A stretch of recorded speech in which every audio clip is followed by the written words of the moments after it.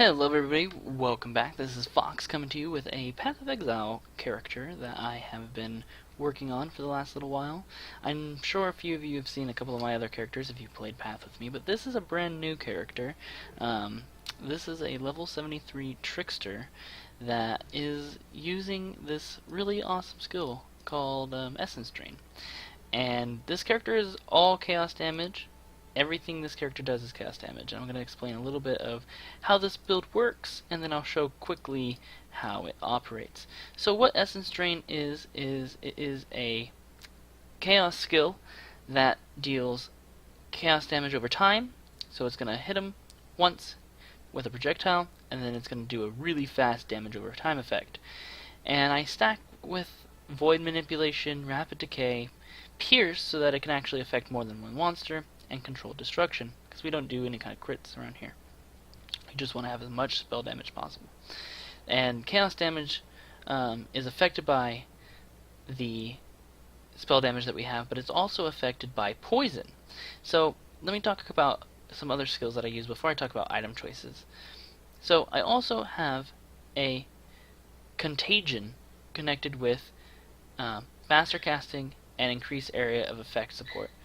Those two things together are going to make this basically cover as much ground as possible. What Contagion does is it unleashes violent contagion on enemies, dealing chaos damage over time. If an enemy dies while affected by Contagion, it spreads to other enemies. So what I do, as you will see, is I'm going to hit them with my Essence, or I'm going to actually hit them with my Contagion, then I'm going to hit them with Essence Drain to make them take a lot of chaos damage, and then it's going to spread as they die, and you will see it just spreads all over the place. And then for bosses, which is where this build kind of has a hard time, we use Wither, which the main thing about this is they get 35% reduced movement speed and 7% increased chaos damage taken, and this effect can stack up to 20 times. So for a boss, you throw the totem down, which I have spell totem, increased area of effect, and faster casting, same thing as I have with this. You just let the totem continue to apply this effect over and over again, and thus you will get a lot of stacks of Wither, which will thus increase your chaos damage. And then I just have a movement skill allowing me to move. The big thing also where this gets a lot of its damage from is actually the Vulnerability Curse. Vulnerability makes all of them take increased physical damage and degenerations, which is a really big important part when it comes to our chaos damage, because we're doing damage over time, thus degeneration is going to be very good.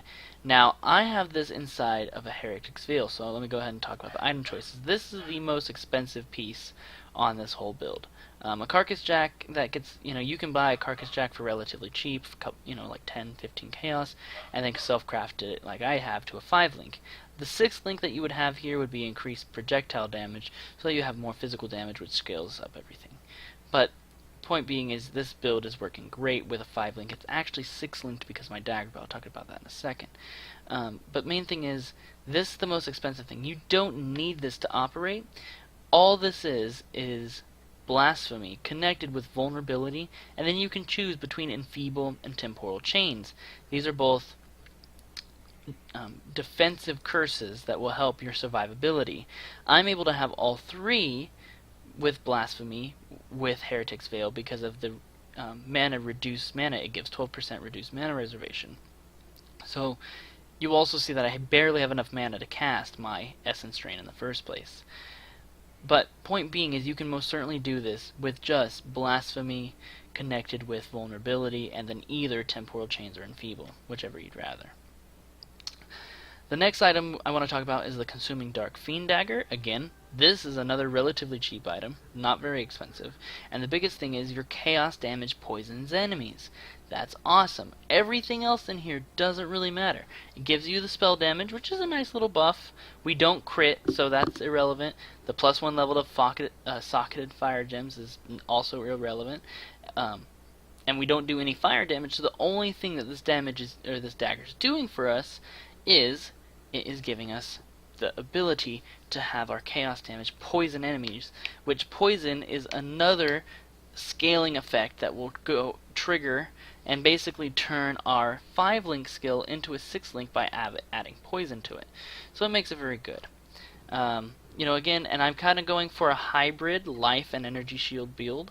It's not quite high enough that I would feel comfortable doing high tier maps yet, but I'm still really low level. I'm only actually level 73, which is just barely cutting the surface of endgame content. So, and I have max resistances almost. I'm missing a little bit of lightning resistance. Basically, for the rest of my gear, I have a Dodari's Damning, which gives us another curse. If this was an other item, I would be able to have more resistances and more lives off of my other ring, but off of these I'm looking for resistances, life, and mana are the main things I look for. Same thing with my gloves. And energy shield is also great. So that's why I'm using something like Rainbow Strides that have a good movement speed, good energy shield, more mana, gives me a nice block chance, and then 20% increased movement speed. Now you can use a shield, gives you more stats. It would make my resistances capped out. I'd have more life and energy shield, but I chose to go with this Breath of the Council. It's a really great item. Gives you 62% increased chaos damage, which is fantastic. But the big thing about this is it's 10% increased radius area skills and also 40% increased chaos skill effect duration. Thus, it's going to make your contagion spread a lot farther and last longer so that you can do more damage. And I will link the passive tree. Again, I chose Trickster, but basically I'm focusing getting this Scion Life Wheel. I'm getting some damage over time, getting some chaos damage here, but mostly focusing on life. I'm going to get the Area of Effect node as soon as I level up.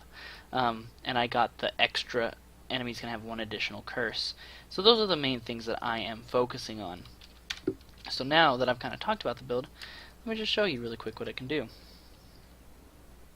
So now I'm going to run over here, and again, this is pretty much, I'm going to look for a big pack so you can see this is decent size. So I'm just going to drop this and I'm going to hit them, and you're going to see they just all wither away and die. And look how fast that rare loses his HP.